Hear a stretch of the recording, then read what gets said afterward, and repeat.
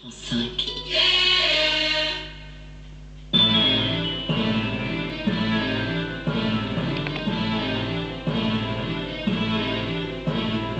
Été-automne 2011.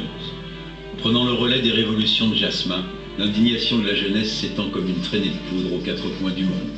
De Tunis aux manifestants de Wall Street, du Caire aux indignés de Madrid. Ce que ces jeunes réclament, la dignité, la justice, la liberté, un emploi, soit les plus élémentaires des droits humains.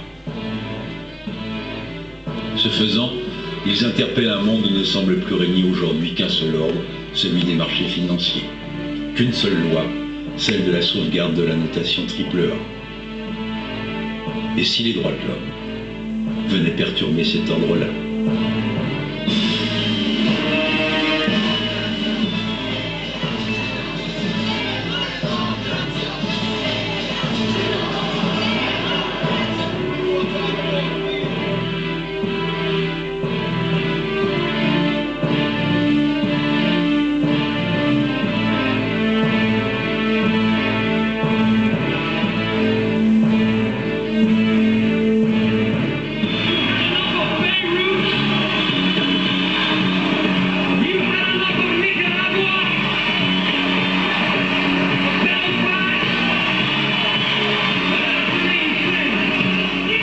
Comme un écho lointain aux révoltes actuelles, on se souvient des mobilisations des années 70 et 80.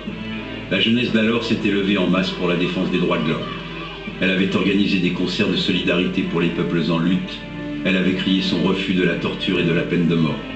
Elle s'était insurgée contre les dictatures qui sévissaient aux quatre coins du monde.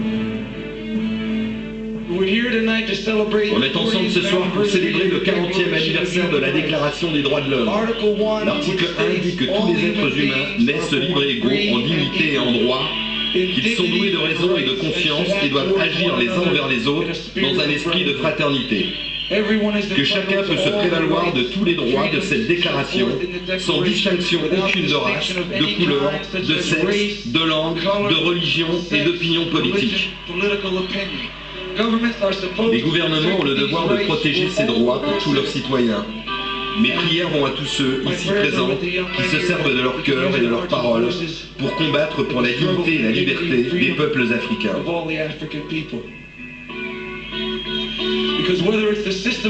Partout où il y a un système d'apartheid, comme en Afrique du Sud, ou bien l'apartheid économique, comme dans mon propre pays, où la ségrégation jette les pauvres dans les ghettos de nos grandes villes,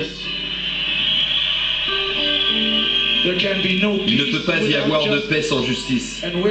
Et là où l'apartheid, la discrimination raciale sévissent, il n'y a plus de justice. Et sans justice, il ne reste que la guerre.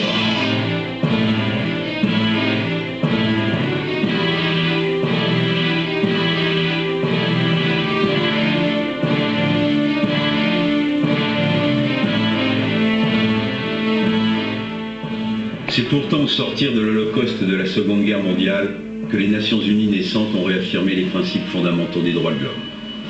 Pour veiller à leur respect, elles se sont dotées à Genève d'un comité permanent dont l'un des plus ardents défenseurs, le sociologue suisse Jean Ziegler, est le vice-président.